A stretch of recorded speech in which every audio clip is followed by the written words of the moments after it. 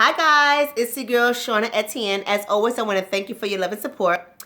So, many of you guys don't know that I am almost done with my ebook that I am going to make available to all of you free of charge. And today I bring this video to you because I want to share with you an excerpt from my ebook when it comes to relationships. And I figured this would be a perfect time to do it, given that today is Valentine's Day, right? And everyone is always looking for love or looking to improve their love. And some of us are looking to build on our love. For whatever reason, Valentine's Day speaks to a lot of people in their heart, whether they're lonely, whether they're in love, whatever the case is. So for today, I decided, you know what? Let me drop a little bug in your ear about relationships and in respects to the ebook that I wrote. And let's see what you think about this. Okay, so the title of the ebook is called 10 Effective Strategies to Transform and Position the Black Community for Success. And when I say the Black community, I'm not speaking in geographical terms. What I'm saying is all of us as a whole from the African diaspora. That's who I'm speaking to. That's the population of people I'm speaking to. So I wrote 10 effective strategies that I believe are effective strategies based off of my research, based off of my engagement with different clients in my practice. From whatever, I wrote these 10 strategies and I want to share strategy number 2 with you guys for Valentine's Day. So the title of strategy number 2 is 2 are better than 1. So I got to put on my glasses to be able to read this, and let's go. Progressive and critical thinking is the first step in changing our culture. Choosing a life partner is the second step, at least if you intend on starting a family. If we entertain the narrative for just a moment, it is said, and backed by statistics, that there are more female-headed households and African American children being raised by single parents than any other culture here in the United States. There are a number of reasons for these statistics, reasons such as mass incarcerations, economic and social injustices, institutionalized discrimination, and the list goes on, that contribute to the breakdown of Black families. Regardless of the reasons, Black relationships require stability. But this won't be possible if we don't take accountability for our behavior.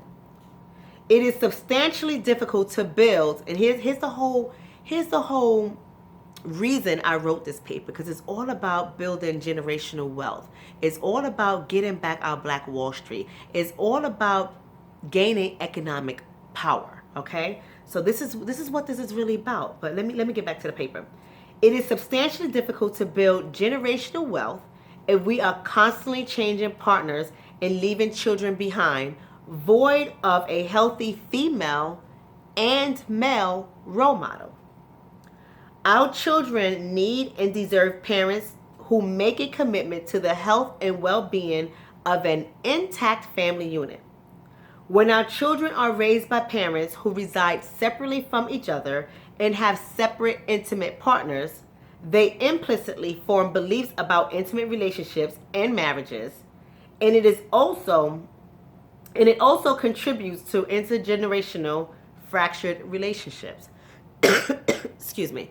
What I mean by intergenerational fractured relationships, I'm saying we can see, at least as a marriage counselor, when I do a genogram with my couples, that is, what is a genogram? I'm trying to break it down. It's a depiction of 3 generations in a family. And I look for both the positive and the negatives. And I most importantly look for intergenerational transmissions. So what has been passed down from one generation to another. And oftentimes I would see broken relationships, infidelity. I would see single parent households. I would see lower economic statuses, lower educational statuses. This is what a genogram does.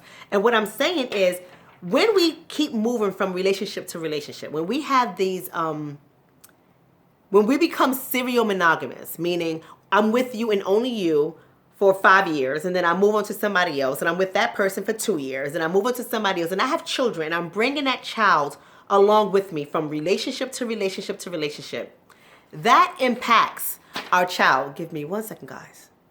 Was getting a phone call, sorry. That impacts our children, and it also imprints on their thinking when it comes to having a relationship or having a marriage. they formulate these beliefs about relationships, or that marriage is not important, or it's okay to leave your kids behind. And we will see this constantly from generation to generation. So that's what I mean when I say when we have serial monogamous relationships and we have broken families, or fractured families is what I like to say, we send a message. It's an implicit message. We don't have to verbally say it, but we send a message to our children about what it is to have a relationship, and what it is, and whether or not you have to value marriage or not. We send these messages to our children, and our children tend to repeat it. That's all I'm saying with that paragraph. But moving on. If you are in a relationship and your vision is to have a family, you must make wise decisions prior to conceiving a child. For example, get to know the person you are pursuing a relationship with.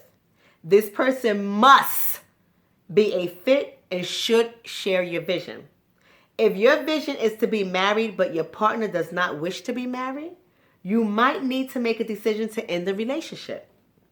Don't assume your partner will change his or her mind.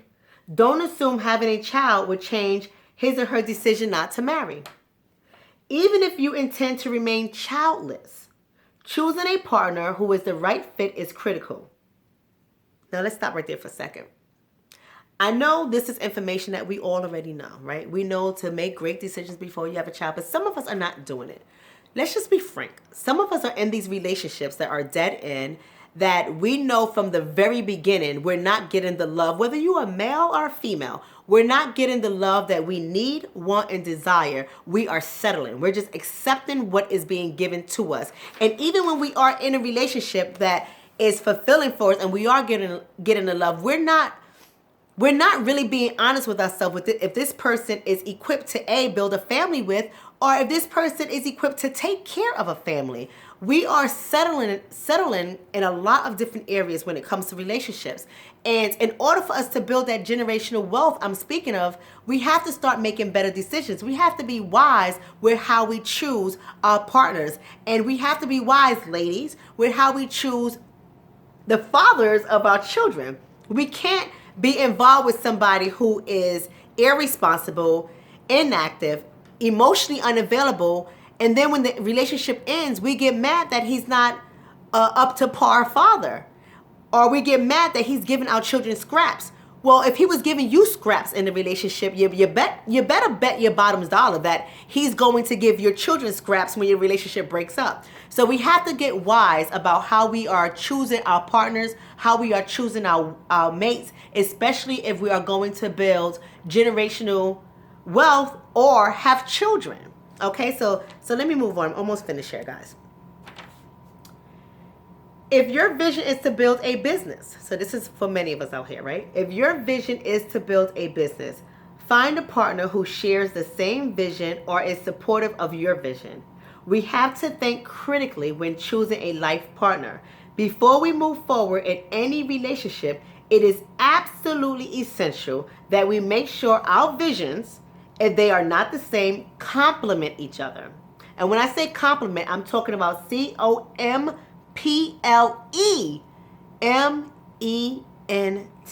Complement, not with the I. And look up what the meaning of complement is when you spell it with an E. We have to make sure our visions make the relationship, make our visions together perfect. Okay? Whoever we choose to enter into a relationship with should be someone we can build with, who desires a long-term commitment, including marriage. Relationship instability will interfere with our ability to gain economic power. Is it possible to build wealth without a partner? Of course it is. However, I'm simply implying that two people are better than one, especially when our vision is to create and grow a family. So this message is for all of my lovebirds out there who are not married, who want to get married, who want children, or who have experienced a bad relationship. This message is for you, and it's also for us who are in relationships that we can improve upon. So I really want you guys to think in terms of generational wealth when I say two are better than one. Happy Valentine's Day, and I'll speak to you guys soon.